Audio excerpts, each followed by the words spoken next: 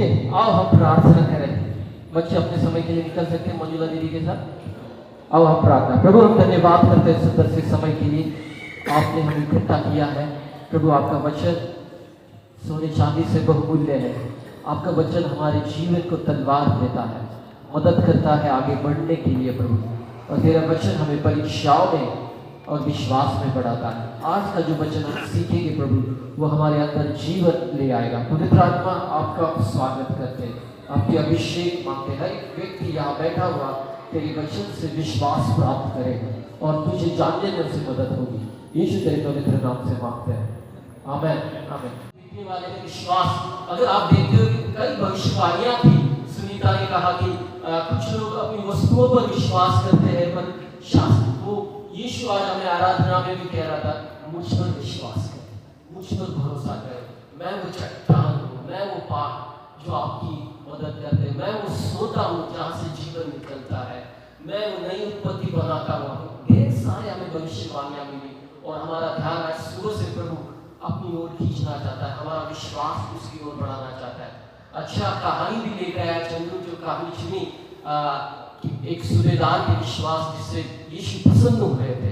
तो आप हम देखेंगे शास्त्र में कि हमारा विश्वास कैसा होना चाहिए, क्योंकि प्रेम, विश्वास और आशा ये ऐसी तीन बातें हैं जो इस युग के लिए अनंत काल के युग के लिए भी बने रहने वाली है।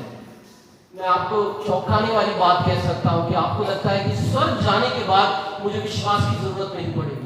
मैं आपको बोलता हूँ स्वर्ग में भी विश्वास लगेगा, आशा लगेगी और प्रेम बना रहेगा। तो इस युग की नहीं, आने वाले युग की भी बात है। तो विश्वास हमें दिखाए बहुत महत्वपूर्ण। इवन कुरिन्थियों का 2 अध्याय 5-7 वचन कहता है, पौलुस कहता है, हम देखी हुई बातों पर नहीं अनदेखी हुई बातों पर चलते हैं, हम विश्वास से चलते हैं। कितने लोग गाड़ी पे चलते हैं? गाड़ी पर पैर पर तो चलते होंगे, गाड़ी पर नहीं तो हम पैर पर चलते हैं ना। आज सुबह आप उठे और आपको पता चला आपके पैर आपका वजन नहीं उठा पा रहे या फिर पैर काम नहीं कर रहे, तो क्या होगा? बेड पे पड़े, वहां पे बैठेंगे, वो हालत बहुत खराब होगी, हमें किसी और की सहायता की जरूरत पड़ेगी। सुबह उठकर हमको बहुत सारी क्रिया है, गलत चीज मत लेना, ठीक ब्रश करना है, मुंह साफ करना है, बहुत सारी चीजें हैं। हम वहां जाकर हमें सहायता लगेगी। उसी तरह जो अगर एक इंसान का शारीरिक पैर काम नहीं करता है तो वो वही रुका रहता है। उसी तरह अगर मसीह जीवन में विश्वास से चलना हम रोक देंगे तो हमारा जीवन भी बैठ जाएगा। इसीलिए कहते हैं विश्वास से चलना। जैसे हम पैरों से चलते हैं, मसीह विश्वास से चलता है। तो विश्वास बहुत बुनियादी शिक्षा है, बुनियादी बात है जो मसीह जीवन को खास करता है। अगर मैं आगे आपको बोलूं, परमेश्वर को विश्वास के बगैर पसंद करना नामुमकिन है। कितने लोगों को परमेश्वर को पसंद करना है? ओके, वेरी गुड, सबको पसंद करना है। तो आपको उपवास करने की जरूरत है, आपको 4 घंटा प्रार्थना करने की जरूरत है, आपको हफ्ते में 20 से 30 घंटा बाइबल पढ़ने की जरूरत है नहीं। आपको सिर्फ उस पर विश्वास करने की जरूरत है और परमेश्वर पसंद है। कार्य विश्वास के बिना मृत्यु है, विश्वास के बिना कार्य मृत्यु है। दोनों एक दूसरे के साथ मौजूद है। आओ तो आज हम देखने वाले विश्वास की कहानी जो हमारे विश्वास को बनाए रखने में मदद करेगी, जो हमें मजबूती देगी और आज फिर से हमें परमेश्वर की ओर देखकर हमारे हृदय, हमारे मनों पर विश्वास का बढ़ेगा। तो एक सुंदर सी कहानी है शास्त्र में नए करार में, मुझे बहुत पसंद है वो कहानी। मैं इस कहानी पर कई बार प्रचार कर चुका हूँ और हर बार परमेश्वर मुझे इस कहानी से नई नई बातें मुझसे बात की है। पता है आपको कौन सी कहानी है? मत्ती की 14वें अध्याय 22 से 33 वचन तक पतरस का पानी पर चलना। कितने लोग यहाँ पानी पर चले हैं? नहीं चले? ओके, आज आप देखोगे कि आप पानी पर कैसे चल सकते हैं। आज मैं आपको पूरी तरह से तैयार करूंगा कि आप घर जाकर या समुद्र में जाकर पानी पर चल के देख सकते हैं और आपको यकीन होगा आपके पास कितना विश्वास है। चले, अब मैं कहानी पढ़ता हूँ आपको। और उसने तुरंत अपने चेलों को नाव पर चढ़ाया कि उसे पहले पार चले जाए, जब तक कि वह लोगों को विदा करे। वह लोगों को विदा करके प्रार्थना करने अलग पहाड़ पर चल गए। सांझ का वह अकेला था उस समय नाव झील के बीच लहरों से डगमगा रही थी क्योंकि हवा सामने की थी, और वह रात के चौथे पहर झील पर चलते हुए उनके पास आया। चेले उसको झील पर चलते हुए देखकर घबरा गए और कहने लगे, वो भूत है, और वो डर मारे चिल्ला उठे। यीशु ने तुरंत उनसे बात की और कहा, धैर्य रखो, मैं हूं, डरो मत। पतरस ने उसको उत्तर दिया, हे प्रभु, यदि तू है तो मुझे अपने पास पानी पर चलकर आने की आज्ञा दे। उसने कहा, आ। तब पतरस नाव से उतरकर यीशु के पास जाने को पानी पर चलने लगा, पर वह हवा को देखकर डर गया, और जब डूबने लगा तो चिल्लाकर कहा, हे प्रभु, मुझे बचा। यीशु ने तुरंत हाथ बढ़ाकर उसे थाम लिया और उससे कहा, हे अल्पविश्वासी, तूने क्यों संदेह किया? जब वे नाव पर चढ़ गए तो हवा थम गई। इस पर से जो नाव पर थे उन्होंने उसकी आराधना करके कहा, सचमुच तू परमेश्वर का पुत्र है। ये बहुत अद्भुत कहानी है। इस कहानी को जब भी आप देखते हो तो थोड़ी बहुत आपको समझ में, एक झील थी जो उस समय में गलील की झील करके काफी मशहूर हुई। कहानी में बाइबल में आप देखते हो गलील की झील का कई जिक्र है, कई बार इस झील के बारे में बताया गया है, और ये झील में हमेशा लगातार में तूफान उठते रहते हैं। वो ऐसी जगह थी जहाँ समुद्र की से भी नीचे 200 फीट नीचे होने की वजह से कई ज्योग्राफी के लिए नहीं जाएंगे, हम नहीं कह रहे हैं, वहाँ हमेशा तूफान उठते थे और लोग नाव में फंसते थे। और ये झील थी जहाँ हमेशा मछुआरे मच्छी पकड़ने का भी काम करते थे। वो झील उनके लिए कुछ अचंभा करने वाली नहीं थी। ये झील हमेशा में जाने वाला, और उनको पता है ये झील में हम गए तो तूफान आएगा, हवा आएगी। इस कारण वो अपनी झील, यीशु उनको नाव में बिठाकर झील के उस पार जाने कहते हैं, और यीशु खुद पहाड़ पर जाकर प्रार्थना करने चले जाते हैं। और तीसरे पहर 3 या 4 बजे सुबह जब यीशु नाव पर पानी पर चलते हुए उनकी नाव लगाते हैं। झील को ज्यादा 27 किलोमीटर की झील थी। मुझे लगता है 8 घंटे का सफर वो आसानी से तय कर सकते थे, लेकिन सुबह 3 बजे तक भी वो नाव उनकी झील में थी। मतलब काफी तूफान चल रहा था और उनकी नाव काफी डगमगा रही थी, और उनमें से आधे लोग मछुआरे थे। उनका रोज का काम था नाव में बैठकर तूफान से लड़ना, मच्छी को पकड़ना, वो इस सारी चीज की आदि थे। उनके लिए मालूम था कि तूफान में नाव को कैसे संभालना है, अपने आप को कैसे संभालना है, किस तरह से तूफान का सामना करना है। लेकिन ये पहली बार है तूफान का सामना करने का तरीका यीशु से देखते हैं। कई बार हमने देखा नाव में तूफान था और यीशु सोया हुआ। इस बार यीशु सोया हुआ नहीं है, इस बार यीशु पानी के ऊपर है, चलते हुए उनके पास आ रहा है, और चेले इस बात को देखते हैं।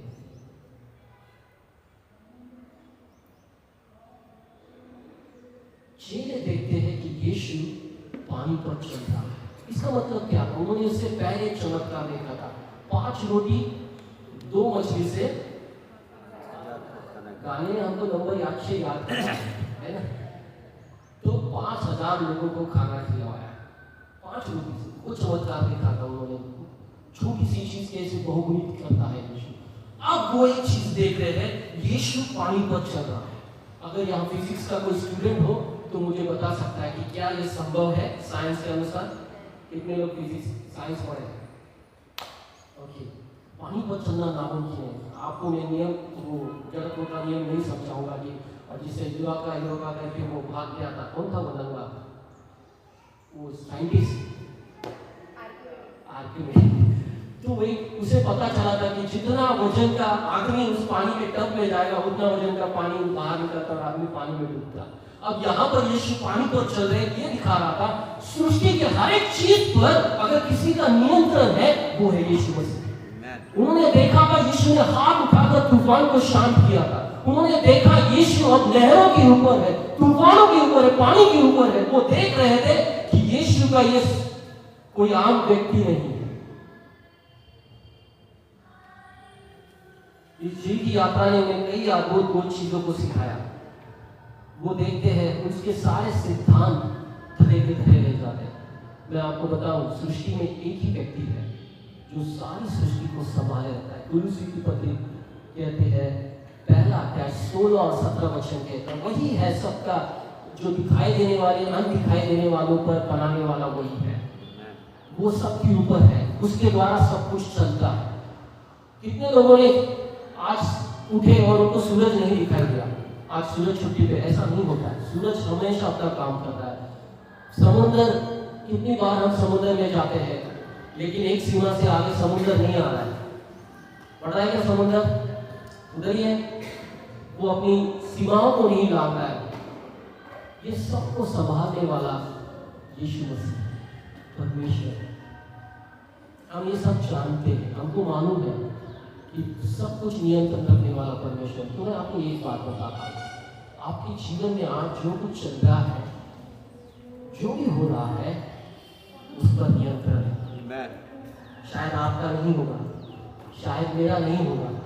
हम सब सोच में पड़ रहे होंगे ये मेरे साथ क्या हो रहा है, मेरा जीवन बड़ा अस्वस्थ पड़ा हुआ है, नया साल आ रहा है, नए सालों के साल आके गए हैं और मेरा जीवन कुछ भी नहीं है। मुझे लग रहा है कि मेरा जीवन अस्थायी अस्थिर है, सब कुछ गड़बड़ा रहा है, सब कुछ डगमगा रहा है, हर समय तूफान है मेरे जीवन में, कभी ये चीज तो कभी वो चीज, कभी ये चीज, कभी बच्चे, कभी पैसे, कभी जॉब, कभी घर, कभी वस्तु, कभी बिजनेस, हर चीज अस्थिरता से दिखाई दे रही है। और आप कहते प्रभु तो है या नहीं है? मैं आपको बताऊं, वो नियंत्रण में है। शास्त्र कहता है कि आपके बाल भी गिने हुए हैं, लेकिन मेरे तो प्रभु गिन कर निकालता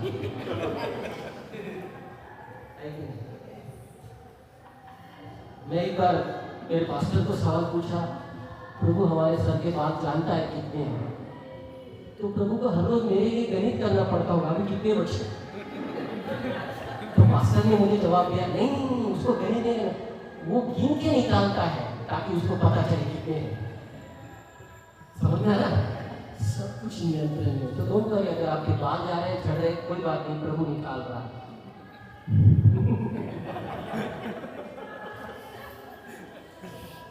आपके जीवन में जो कुछ चल रहा है, प्रभु को मालूम है, प्रभु जानता है, प्रभु जानबूझकर आपको दिखा रहा है कि वो है उस परिस्थिति में आपके साथ। तो अगर आज आपके सवाल, आपके हृदय में सवाल है कि मेरा जीवन किधर बिखरा हुआ है, तो मैं आपको जवाब दूं, आपका जीवन बिखरा हुआ नहीं है, आपका जीवन नियंत्रित है।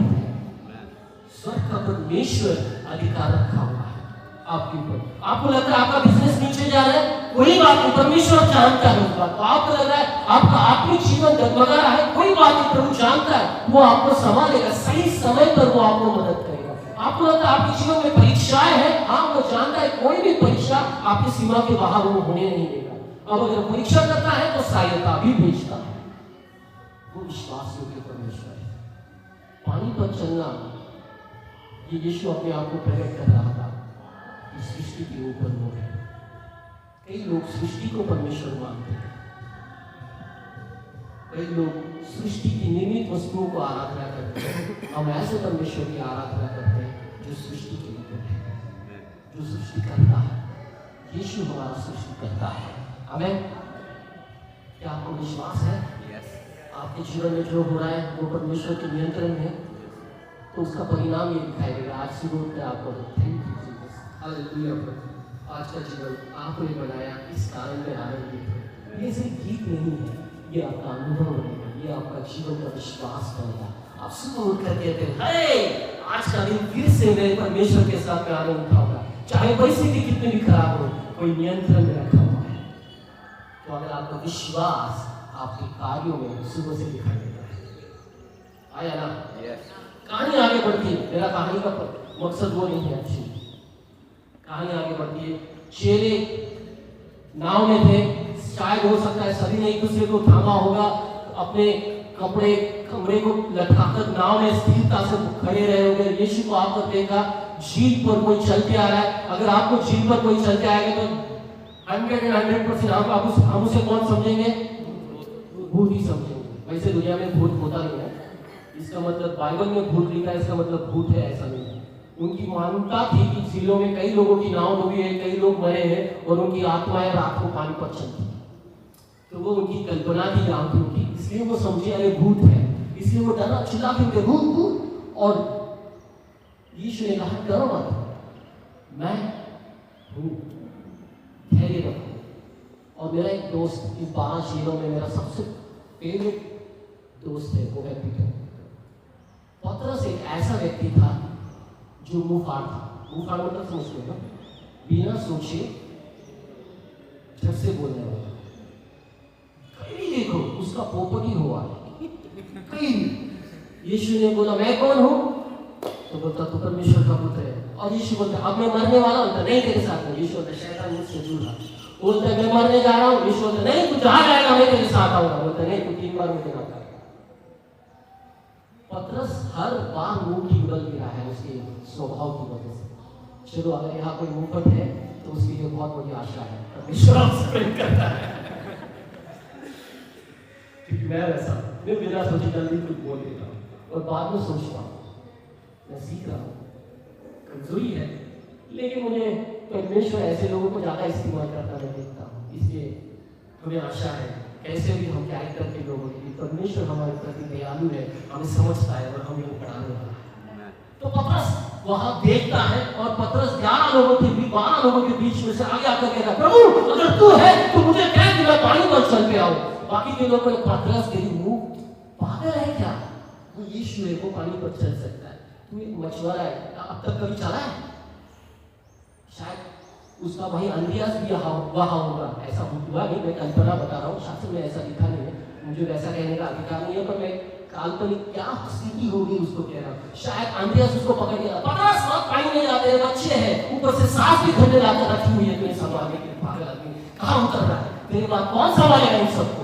पतरस बोल रहा नहीं मुझे जाने दो। तो बाकी के चीजें ये सुनने वाला नहीं, इसको अपनी आदत मालूम नहीं है, वो गिरेगा। और पतरस नाव के बाहर अपना पाँव निकालता है, निकाला होगा और पानी पर डाला होगा और उसने देखा मेरा पैर डूब नहीं रहा है, और दूसरा पैर उठाकर उसने पानी पर डाला और उसने देखा वो सिर्फ हिल रहा है और डूब नहीं रहा है। अद्भुत है। और बाकी के 11 पकड़े हुए देख रहे होंगे और उन सभी ने अपने हाथ छोड़कर पतरस की ओर देखा और पतरस पानी पर है और सारे दूसरे की तरफ देखे, पतरस पानी पर है, वो सिर्फ भीग रहा है पर डूब नहीं रहा है। ये अद्भुत है, अचंभित है, उनके लिए बहुत ही पहली बार मछुआरे किसी मछुआरे को पानी के ऊपर देख रहे हैं। इतने साल तक उन्होंने ऐसा कभी होते नहीं देखा। जब यीशु आपके जीवन में आता है तो पहली बार ऐसे ऐसी चीजें घटती है जो आप तक अपने जीवन में नहीं देखी है। वो पानी पर था और 11 की तरफ पतरस देखकर बोला बॉस कामयाब। और 11 शायद इसकी मूर्खता तो क्या कहेगा, कभी कभी विश्वास मूर्खता लगता है, बहुत पतली लाइन है। कब हम मूर्ख है और कब हम विश्वासी है, हमारी आत्मा हमको समझाती है। विश्वास मूर्खता दिखाई देता है संसार के लोगों के लिए, लेकिन विश्वास परमेश्वर को भरोसा करना, परमेश्वर पर यकीन करने का एक सबसे बड़ा उदाहरण है। कई लोग आज भी उन 11 चेलों जैसे यहाँ पर है, आज भी वो कोई भी कदम उठाना नहीं चाहते विश्वास में, आज भी वो अपने नाव में सुरक्षित रहना चाहते हैं। उनको लगता है मैं, मेरे 2 बच्चे, मेरा परिवार, यहाँ 3 होते हैं, हमारे यहाँ 2 होते हैं, मैं और मेरे 3 बच्चे बुरे नहीं हैं, जितने हो सकते हैं हमारी कैपेसिटी नहीं थी संभालने की और हम नहीं कर पाया। आधी क्रिकेट टीम तो चाहिए थी और मैंने बोला भी था और सामने से ना आया, चलो वो विषय नहीं। हम अपनी नाव से बाहर निकलना नहीं चाहते, अपने कंफर्ट जोन से बाहर निकलना नहीं चाहते, हम कुछ नया नहीं करना चाहते, क्योंकि हम नहीं जानते कि यीशु कौन है। हम कहते हैं यीशु महान है, परमेश्वर है, नियंत्रण रखे हुए, लेकिन हमारे जीवनों में हम कोई कदम नहीं उठाए। चलो मुझे बताओ कि आप कितने महीने हो गए, कितने दिन हो गए कि आपने विश्वास का कदम उठाया?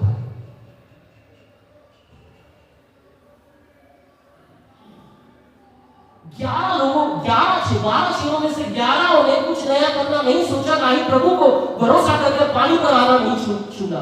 हमें से कई विश्वासी आज भी अपनी नाव में सुरक्षित है। उनको लगता है कि अगर मुझे संसार में बच रहना है तो मुझे पैसे पर भरोसा रखना है, मुझे संसार चीजों उद्योग पर भरोसा रखना है, लोगों पर भरोसा रखना है। आज भी उनकी नाव उनके लिए बहुत कम्फर्ट जोन है, उनको लगता है यही मुझे बचाने वाला है।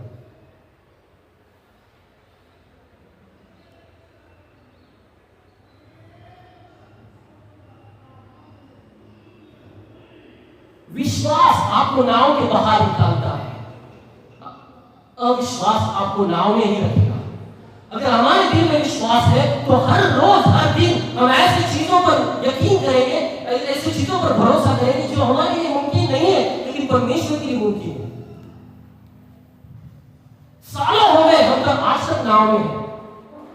कुछ लोगों के बारे में बात कर सकता हूं।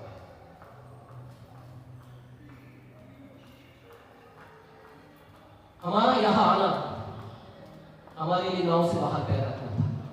हमें नहीं मालूम था यहाँ क्या होगा, हमें अपनाएंगे या पत्थराव मार करके हमें गोवा से भगा देंगे, मालूम नहीं था हमको। ऐसा नहीं किया आप लोगों ने, बहुत अच्छे नहीं किया। लेकिन हर बार हमारे पास मौका है विश्वास का कदम उठाने का। हर रोज हम विश्वास का कदम उठा सकते हैं परमेश्वर को देखते हैं, हर बार।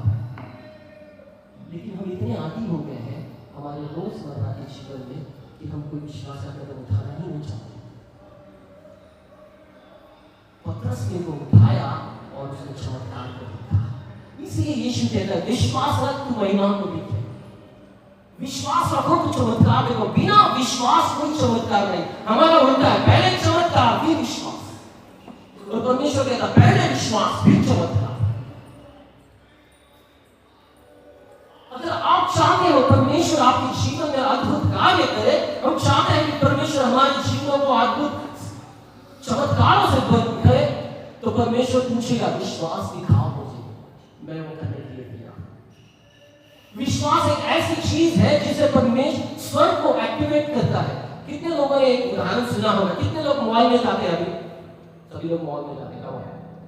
दरवाजे के पास आते ही क्या होता है? दरवाजा खुलता है। अभी तो ऐसा निकला है बाथरूम में जाओ तो किधर कॉक है, किधर ऐसे तो हाथ डालो पानी आ जाता है। लेकिन पहले तो हमको लगता था ये तो जादू टोना है बे, यहाँ पर कोई बैठे हैं चमत्कारी चीज कर रहा है। यहाँ एक बक्सा है उसके नीचे हाथ रखो तो हवा आ जाती है, ये अद्भुत है। बाथरूम में पैर रखो तो लाइट लगती है, ये क्या है? बहुत अद्भुत बात है, चमत्कार। अगर ये 100 साल पहले कहते तो लोग जादू टोना वाले भूतिया बंगला बोल के उसमें प्रवेश नहीं करते। ये भूतिया बंगला है, इसमें चटकी भूत रहते हैं, सब कुछ अपने आप चालू होता है, सब कुछ अपने आप खुलता है। हमारे 1700-1900 के आगे के जो भी आप पिक्चर देखोगे उनके दरवाजे अपने आप खुलते थे, लाइट अपने आप चालू बंद होते थे, पानी अपने आप निकल। वो पहले डराने की बात थी, अब तो रोजमर्रा का बात हो गया। क्या है, क्यों ऐसा होता है? एक सेंसर होता है, जब कोई आता है उसकी गर्माहट उसको सेंस करती है और दरवाजे ऑटोमेटिक खुलते हैं। उसे क्या कहते हैं? सेंसर डिवाइस होता है। विश्वास उस तरह का सेंसर है, जब आप कदम उठाते हो स्वर्ग चमत्कार को खोल देता है। वो इतना जुड़ा हुआ है कि आपको पता भी नहीं चलेगा ये कब हुआ। जैसे आप दरवाजे के पास आपका दरवाजा खुलता है, वैसे आप विश्वास का कदम उठाते हो और चमत्कार भी होता है। मैं आज आपको प्रोत्साहित करना चाहता हूं, किसी इंसान पर भरोसा मत करिए, मुझ पर भी भरोसा मत करिए, परमेश्वर पर भरोसा करिए। वो विश्वास योग्य परमेश्वर है। आप विश्वास करें, वो विश्वास योग्य रहेगा। पतरस पानी पर चलता है। उस समय पतरस काफी खुश रहा होगा और पतरस पानी की ओर चलने लगता है, यीशु की ओर देखता है। विश्वास जिस तरह से मूर्खपना लगता होगा, शायद उन्होंने वैसा देखा नहीं होगा।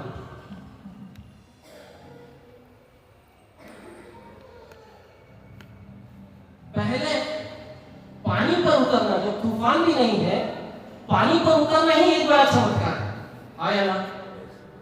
ऊपर से तूफान है, लहरें बड़ी हो चुकी है, हवाएं चल रही है, ये तो 7 गुना और महान है। आपको देखा पुरानी करार में एक कहानी है विश्वास की, भट्टी को 7 गुना भड़काया जाता है, लेकिन आज भी वो परीक्षा होती है।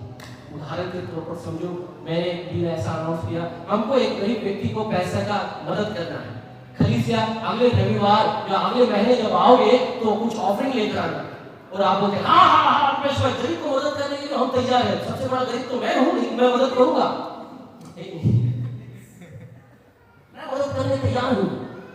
और आप प्रार्थना करते हैं, आपको लगता है हाँ हमें मदद करनी चाहिए, लेकिन उसी दिन आपको पता चलता है लाइट बिल टुकड़ा है, और लाइट बिल को देखने के बाद 4-5 घंटे बाद आपको पता है फ्रिज काम नहीं कर रहा है, और आप फ्रिज रिपेयर वाले के लिए निकलते हैं, गाड़ी लेकर जाते हैं, और रास्ते में आपको पता चलता है गाड़ी का पंप खराब है, और आप पंप को रिपेयर करने के लिए बैठते हैं, और उतने में आपके मोबाइल पर एस मैसेज आता है, ये स्कूल फीस की ड्यू डेट है, यहाँ तक आपने नहीं भरा तो आपके बच्चे को हम एग्जाम को बैठने नहीं देंगे। ओए बाकी साधना करना होगा, पहले लाइट बिल, फिर फ्रिज, फिर गाड़ी, फिर बच्चों की फीस, और घर पर आकर कहते हैं मुझे लगता है हमें वो मदद करना रोकना होगा क्योंकि हमारी जरूरतें बढ़ रही है, और हम कहते हैं शायद हम उसको उस गरीब को या ऑफरिंग डालना नहीं चाहिए। भक्ति साधना अगर हुई आपका विश्वास कम होगी और हम ठीक है। हुआ है आपके साथ? हम सभी के साथ हुआ है, ऐसा यहाँ कोई नहीं होगा कि उनके साथ नहीं होगा, लेकिन उस समय हम कहते हैं ओ प्रभु, परिस्थितियां तो भयानक है, सबसे पहले देना ही मेरा विश्वास का कदम था, लेकिन अब देने के साथ इतनी सारी मेरी जरूरत है आपके लिए, अब तो मुझे लगता है चर्च को मांगने के लिए कि मुझे मदद करो, पर मैं विश्वास करूंगा तुझको, भक्ति चाहे 7 गुना करूंगी, और फिर भी मैं अपना वादा पूरा करूंगा, मैं विश्वास करूंगा देने की। और आप देखोगे जिस दिन आप देते हो ये 7 गुना भक्ति में भी आप परमेश्वर की चमत्कार को देखोगे, वो आपके साथ होगा, वही शरीर में से ओबेदियों के साथ होगा, वो भक्ति के अंदर थे पर उन्हें बांस भी नहीं लगी, धुआं भी नहीं लगा, परमेश्वर के साथ मौजूद। चमत्कार देखोगे विश्वास का कदम उठाने के बाद। कई लोग पूछते हाँ पुराने करार में परमेश्वर बहुत चमत्कार करता था, हाँ नए करार में बहुत अच्छा यीशु था, तो कितने चेलों ने कितने चमत्कार है। आजकल प्रभु नहीं करता है, आजकल प्रभु भी बिजी है, प्रभु भी नहीं कर रहा, क्योंकि वैसा विश्वास, इसीलिए यीशु ने कहा था जब मनुष्य का पुत्र धरती पर लौट आएगा तो क्या उसे विश्वास मिलेगा?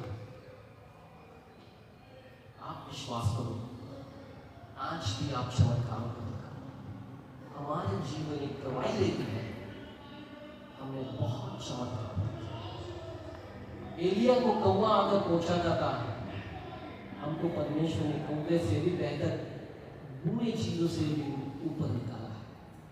मैं और मेरी पत्नी इस बात की सुन, और आप भी होंगे, आपने भी देखा होगा, आप भी कुछ समय के लिए पानी पर रहे होंगे, आपने भी चमत्कार देखा होगा, आपने भी कदम उठाया होगा, और आपने कहा यीशु तू महान है, तू बड़ा है, तू सच में है। और पत्थर जब पानी पर रहा होगा, शायद कुछ समय ना चालू होगा, आए मैं पानी पर हूं, लेकिन कहानी आगे बढ़ती है, कहानी आगे बढ़ती है। पतरस की नजर यीशु से हटकर तूफान की और आंधी की ओर जाती है, और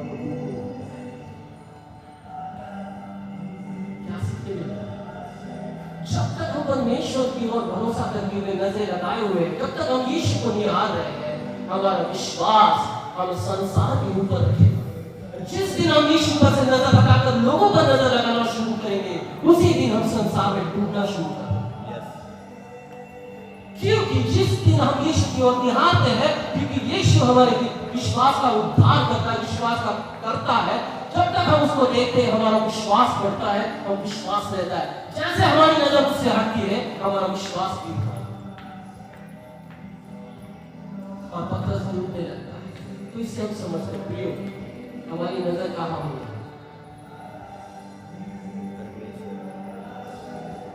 कहाँ पर? प्रभु यीशु की ओर।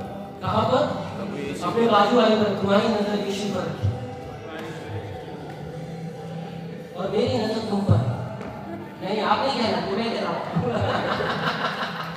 नहीं मेरी नजर यीशु पर ही है, हम सभी की नजर यीशु पर है। इसे इब्रानियों का लेखक कहता है, वो विश्वास का उत्पन्न करता है, उसकी ओर निहार के रखो, उस पर गेज बना के रखो, उस पर ध्यान बना के रखो। अगर आप उस पर ध्यान बनाए रखे हैं, आपकी जीवन की कोई भी समस्या आपको हराएगी नहीं, आपकी कोई भी जीवन की समस्या आपको डुबाएगी नहीं। आप चमत्कारों को देखो। अगर आज आप ढूंढ रहे हैं, आपको लगता है आपका जीवन समस्याओं से घिरा है, आपको लगता है आप मुश्किल दौर से गुजरे, आपका जॉब मुश्किल में, आपका बिजनेस मुश्किल में, आपकी जवान बच्चे मुश्किल में, आपकी सारी जीवन की पूंजी मुश्किल में है, तो आपको समझने की जरूरत है, आपकी नजर हट चुकी है। नजर हटी, पतरस की नजर हटी और दुर्घटना घटी। हमारी नजर हटी तो दुर्घटना घटी। जब तक आप सामने देख रहे हो, यीशु पर देख रहे हो, हमें कोई भी तूफान, कोई भी आंधी, कोई भी स्थिति नहीं डुबाएगी। अगर आपको लग रहा है आप डूब रहे हैं, तो आपको फिर से यीशु को नजर लगानी चाहिए, क्योंकि वो विश्वास का करता है, वो हमारे हृदय में विश्वास उत्पन्न करता है। हमें कहानी आगे बढ़ती है। यीशु पतरस के पास जाते हैं, उसके हाथ को थामते हैं और उसको ऊपर उठाते हैं। शायद 11 वापस हंसे होते ये पतरस की नौटंकी है, हर बार ऐसा करता है, हर बार डांट खाता है। क्या जरूरत थी पानी में निकलने की? कई बार शायद आपने कुछ साल पहले विश्वासी कदम उठाए होंगे और आपने कहा होगा वाह, लेकिन अगर आप देखते हो, विश्वास एक ऐसी चीज है जो हर कदम पर जरूरी है। कल का विश्वास आज के लिए नहीं, आज के लिए आपको विश्वास करना होगा। हर रोज हर कदम पर आपका विश्वास कर चलना है। पतरस जब तक यीशु की ओर विश्वास रखकर चल रहा था, हर कदम पानी के ऊपर था। जिस दिन उसका विश्वास, जिस समय उसका विश्वास टूटता है, उसका वही पैर पानी के नीचे चला जाता है। विश्वास एक समय का नहीं है। कई लोग कहते हैं हाँ मैंने यीशु पर 27 साल पहले विश्वास किया है। हाँ, 27 साल का विश्वास आपको आज नहीं बचाएगा। आज आपको फिर से एक नया बार, आज के लिए भी उतना ही विश्वास लगेगा जो 27 साल पहले आपने विश्वास किया। हर रोज, हर कदम, हर सुबह विश्वास का कदम उठा। जितना विश्वास आप इस्तेमाल करोगे, आपका विश्वास उतना बढ़ेगा। हम जिम में जाते हैं, हर रोज जितना डंबल्स उठाते हैं, हमारे मसल बनते हैं। जितना बड़ा उठाते हैं, उतना ताकत बढ़ता है। जैसे आप छोटी छोटी चीजों पर विश्वास करोगे, आपका विश्वास बढ़ेगा। इसीलिए विश्वास, यीशु ने राई के दाने के बराबर का विश्वास बोला। राई का दाना है छोटा, लेकिन उसका पेड़ बड़ा होता है। एक बढ़ता हुआ विश्वास सही विश्वास है। इब्राहिम ने पहले विश्वास किया, तुरंत परमेश्वर ने उसको बेटे की कुर्बानी नहीं मांगी। छोटी छोटी चीजों में उसने विश्वास किया। उसने देखा परमेश्वर विश्वास योग्य है, तब उसका विश्वास इतना बढ़ गया कि उसने अपने बेटे को भी खंजर से मारने की कोशिश की। उसको मालूम था परमेश्वर लोगों को भी जिला सकता है। विश्वास बढ़ता है। मैं आपको सवाल पूछना चाहता हूँ, क्या 5 साल पहले जो आपका विश्वास था, आज उससे कम है या आपका विश्वास बड़ा है? अगर नहीं, तो आप कहीं तो भी चूक रहे। अगर हाँ, वेल डन, आगे और बढ़ते रहे। पतरस पानी के नीचे था और यीशु ने उसके कहा है अल्प विश्वास। क्या कहा? उसको ये नहीं कहा हे अविश्वासी। हम लोग होते तो पतरस को क्या कहते? क्या कहते?